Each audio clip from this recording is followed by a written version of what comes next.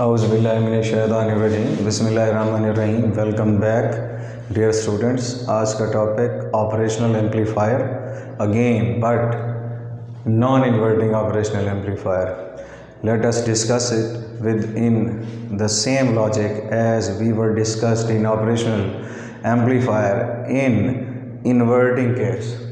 अब ज़रा देखिएगा गौर से, ये आपको सर्किट नज़र आ रहा है ऑपरेशनल एम्पलीफायर का एज ए नॉन इन्वर्टिंग। तो वो जो इन्वर्टिंग का केस था उसमें और इसमें फ़र्क ये है कि इसमें हमने टर्मिनल्स को उलट कर देना। तो नेगेटिव टर्मिनल को ग्राउंड कर दिया, तो इसलिए नेगेटिव टर्मिनल का पोटेंशियल जो इनपुट दे रहा था यहाँ पर वो क्या हो गया, 0 volt. This is called actual ground. But positive terminal is connected with the input voltage and it is connected with the output with a feedback loop, जिसके नतीजे में आउटपुट का कुछ हिस्सा निकाल के इनपुट में डाल दिया जाएगा, जिसे हम क्या बोलते हैं, feedback. A process in which a portion of output is chopped off, निकाल लिया जाता है और उसे वापस दाखिल कर देंगे किस में, इनपुट में।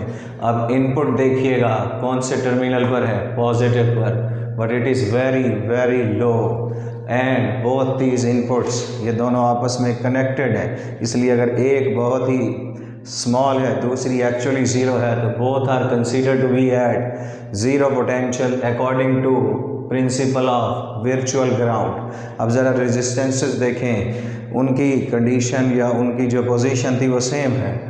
अब जो करंट R1 में से गुजरेगा that current is known as I1, और जो करंट R2 में से गुजरेगा that current will be I2।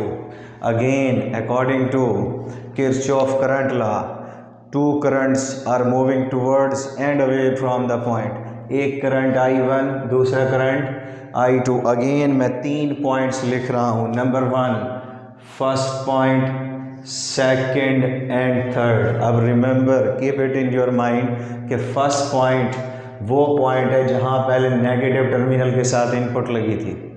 Second point वो है जो नेगेटिव टर्मिनल का पोटेंशियल है, और थर्ड पॉइंट वो है जहाँ आउटपुट का पोटेंशियल हमें ऑब्टेन होगा। अब ज़रा देखें, करंट ने फ्लो करना है initially from first point two second point, और वो करंट का नाम क्या है, I1। और ये भी देखिएगा कि ये करंट किस रेजिस्टेंस में से गुजर रहा है, R1 में से।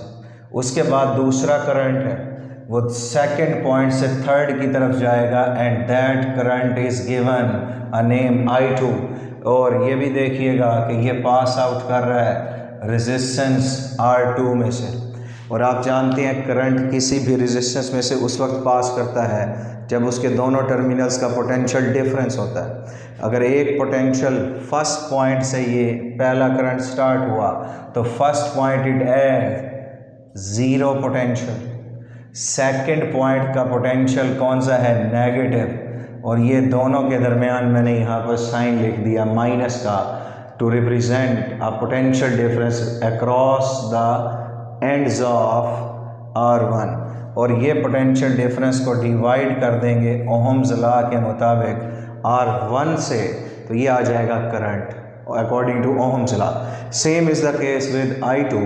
I2 flows through R2 resistance, और उसके जिस एंड से वो निकल रहा है वो सेकंड है, और जहाँ पहुँच रहा है वो थर्ड है। तो सेकंड टर्मिनल पर पोटेंशियल देखिएगा वो है V-, और जो थर्ड है वहाँ पर है V आउटपुट, और इनका डिफरेंस लेंगे और डिवाइड कर दोगे रेजिस्टेंस R2 से, तो ये आपके पास आ जाएगा current I2 according to Ohm's law. Now apply a condition Kirchhoff current law. Both of these currents are equal because one current is moving towards the common point and another current is moving away from the common point।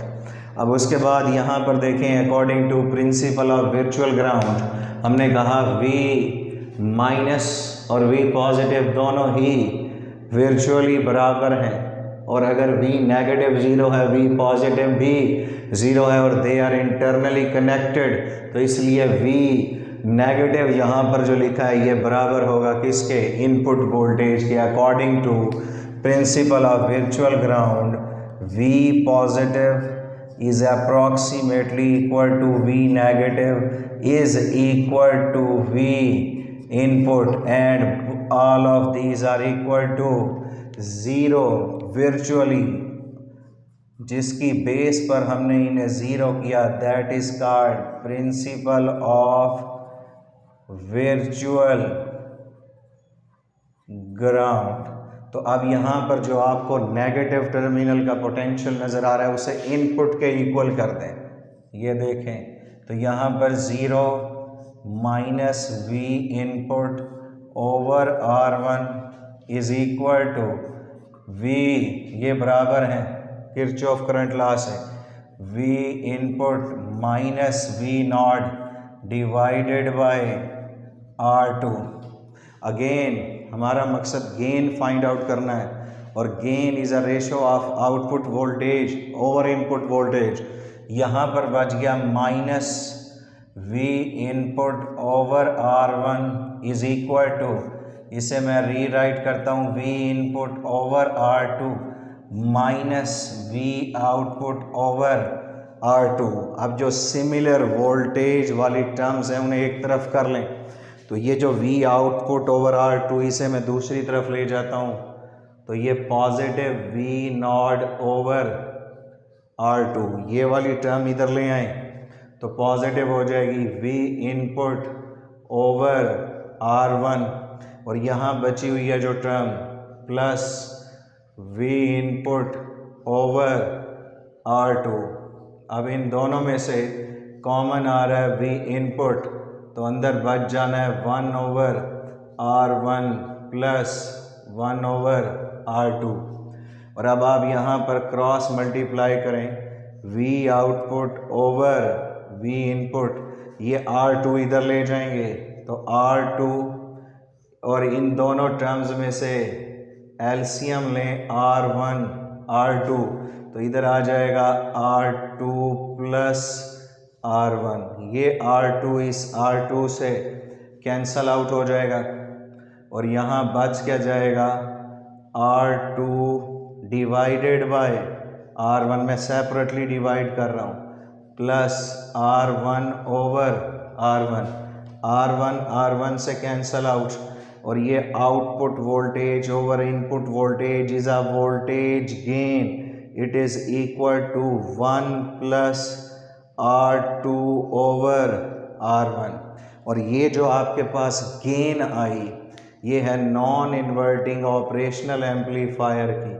Again this gain shows that कि operational amplifier जो है उसकी output gain internal structure पर depend नहीं करती, it depends upon the externally connected resistances that are R1 and R2। और एक और चीज़ भी, इससे पहले हमने गेन फाइंड आउट की थी इन्वर्टिंग ऑपरेशनल एम्पलीफायर की, that is equal to R2 minus R2 over R1। ज़रा कंपैरिजन करें, आपको यहाँ से एक चीज़ पता चलेगी कि gain of non inverting amplifier is greater than the gain of inverting amplifier by a factor of 1। ये नेगेटिव साइन हमेशा फेज़ के लिए होता है, इसमें नेगेटिव नहीं है तो no phase reversal, it means phase reversal between input and output remains same. अगर इनपुट से दिया जाने वाला ये स्मॉल सिग्नल आउटपुट पे अपेयर होगा तो इसी फेज़ में होगा लेकिन एम्पलीफाइड होगा। और ये आम तौर पर डिजिटल इलेक्ट्रॉनिक्स में जहाँ हाई साउंड रिक्वायर होता है वहाँ चाहिए होती हैं, तो वहाँ लगा होता है स्पीकर। ये है स्पीकर जिसमें से साउंड जो है हमें मिलता है, तो इसलिए ये मैक्सिमम साउंड या गेन हमें देती हैं जो कि किसी भी आम एम्पलीफायर से आप नहीं ले सकते। और इन दो रिलेशन से आप लिख सकते हैं कि gain of non inverting amplifier is greater then gain of inverting amplifier, और इस तरह भी लिख सकते हैं कि gain of non inverting amplifier is 1 plus gain of inverting amplifier. अगर मैं ये वाली पूरी वैल्यू इस इक्वेशन से यहाँ पुट कर दूँ by neglecting the negative sign because it is for phase, तो ये हमारे पास रिलेशन आ गया कि अगर गेन इन्वर्टिंग एम्पलीफायर की 100 है तो नॉन इन्वर्टिंग की हमेशा 1 डिजिट ज़्यादा होगी, 101 होगी। अब इसी क्वेश्चन से रिलेटेड हमारे पास एक एग्जांपल है 18.2 एग्जैक्टली आई थिंक, उसके अंदर देखें again non inverting operational amplifier है, इनपुट अप्लाई किया है हमने नेगेटिव टर्मिनल पर। अब इसमें थोड़ा सा सिनेरियो डिफरेंट है, इनपुट रेजिस्टेंस यहाँ R1 होनी चाहिए और यहाँ R2। अब आप देखें जो R2 रेजिस्टेंस है वहाँ कोई रेजिस्टेंस कनेक्ट ही नहीं है, तो जब कोई रेजिस्टेंस ना हो तो इस वायर को हम बोलते हैं शॉर्ट वायर, और शॉर्ट रेजिस्टेंस वो होती है जिसमें से 0 ओहम रेजिस्टेंस हो और उसमें से गुजरने वाला करंट क्या हो, इनफाइनाइट हो। Keep it mind this resistance is a feed back resistance, और R1 जो है वहाँ कोई रेजिस्टेंस नहीं है, एक जनरल कनेक्शन दिया हुआ है, तो इसलिए यहाँ हम कह सकते हैं this resistance is infinite. Gain का रिलेशन अभी हमने नॉन इन्वर्टिंग के लिए निकाला 1 प्लस R2 ओवर R1, तो gain is equal to 1 plus R2, short है 0 है और R1 कनेक्टेड ही नहीं है तो इनफाइनाइट, तो यहाँ से आपके पास गेन आएगी 1 which is in sense of electronics 100% होगी। अब उसके बाद इससे रिलेटेड आप एक और एग्ज़ाम्पल है कि ज़रूरी नहीं है कि आपके पास इनपुट जो है वो सिर्फ एक रेजिस्टेंस के साथ हो, थोड़ा सा डिफरेंट भी हो सकता है। Again it is a non inverting operational amplifier, यहाँ आपको आउटपुट मिलनी है और यहाँ जो इनपुट है इसके साथ फ़र्ज़ करें मल्टीपल रेजिस्टेंस लिखी हुई हैं और ये मल्टीपल रेजिस्टेंसेस 2 हैं। अगर मैं इसे R1 इसे R2 बोलूं और यहाँ पर एक रेजिस्टेंस है जो कि फीडबैक है, उस रेजिस्टेंस का नाम मैं R3 रख दूं, तो इनमें से 3 करंट्स पास होंगे। इसमें से जो करंट होगा दैट इज़ I1, इसमें से जो करंट होगा I2, इसमें से जो करंट होगा वो I3। कहने का मकसद ये है कि it is again a complex circuit जिसमें 2 से ज़्यादा रेजिस्टेंसेस हैं, और आप यहाँ पर भी अप्लाई करोगे Kirchhoff current law, sum of all the currents meeting at a common point equal to 0। Common point in operational amplifier is always a negative terminal. 2 currents इसकी तरफ बढ़ रहे हैं जो कि I1 और I2 हैं, और एक करंट जो इससे दूर जा रहा है वो I3 है, और इन सब को एक दूसरे के बराबर करेंगे तो ये रिलेशन आ जाएगा और इससे आप मज़ीद सिंप्लीफाई कर सकते हैं। That is enough for this topic. Thank you.